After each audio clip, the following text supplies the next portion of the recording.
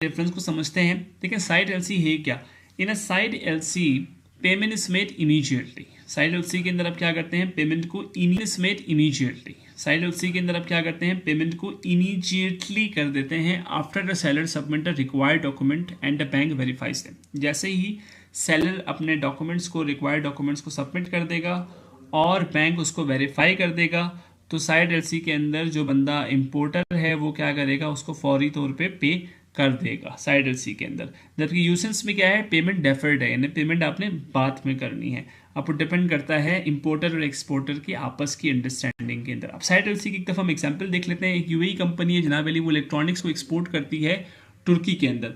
अब तुर्की कंपनी का जो बैंक है वो क्या इशू करेगा, साइड एलसी इशू करेगा। इसका मतलब क्या होगा, meaning the UAE exporter gets paid as soon as they present the correct shipping document. ठीक है, यानी कि यूएई कंपनी जो माल एक्सपोर्ट कर रही है वो शिपिंग डॉक्यूमेंट करेक्टली सेंड कर दे, उसका बैंक उसको वेरीफाई करके भेज दे, तो तुर्किश बैंक क्या करेगा, फौरन से उसे पे कर देगा। तो that is the side LC. जबकि यूसेंस एलसी के अंदर क्या होता है, यूसेंस एलसी के अंदर डिफरेंस ये है कि यहाँ पे पेमेंट आप बाद में करते हो। आपको डिपेंड करता है कि इंपोर्टर एक्सपोर्टर ने क्या डिसाइड की है।